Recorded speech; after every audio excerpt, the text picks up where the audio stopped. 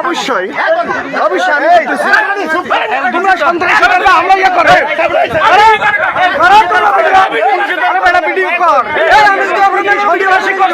জাতি দেখো জাতি দেখো জাতি দেখো সব বলে দেন।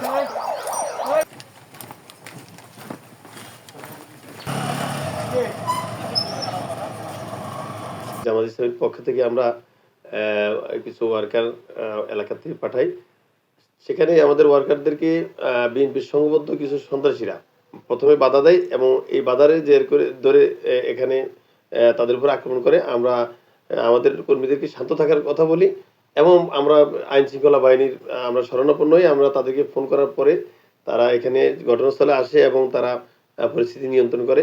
আমাদের বেশ কয়েকজন ইতিমধ্যে হসপিটাল হয়েছে। আমি আলহাজ মোহাম্মদ কামাল উদ্দিন, বিএনপির সিনিয়র সহসভাপতি মনপুরা, আবার জেলা কমিটির সদস্য।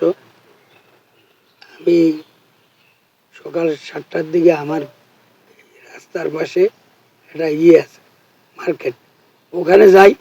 তারপর কিছুক্ষণ পরে বিভিন্ন ধরনের শব্দ শুনি, মারামারি চিৎকার শব্দ শুনে আমি লোকজন পাঠাই যে এখানে কি হয়েছে একটু দেখো। দেখলাম যে আমাদের ইসলামের লোকজন সংঘবদ্ধ হয়ে আমাদের লোকজনের উপরে হামলা করে। হামলা করার পরে আমাদেরও চতুর্দিকে লোক চলে আসছে 2-300। তখন আমি ঘটনাস্থলে যাই আমি উভয় পক্ষে সারাইয়া দিতেছিলাম। এই মুহূর্তে যারা সারাইতে গেছে তারাও অনেকেই মার খেয়েছে।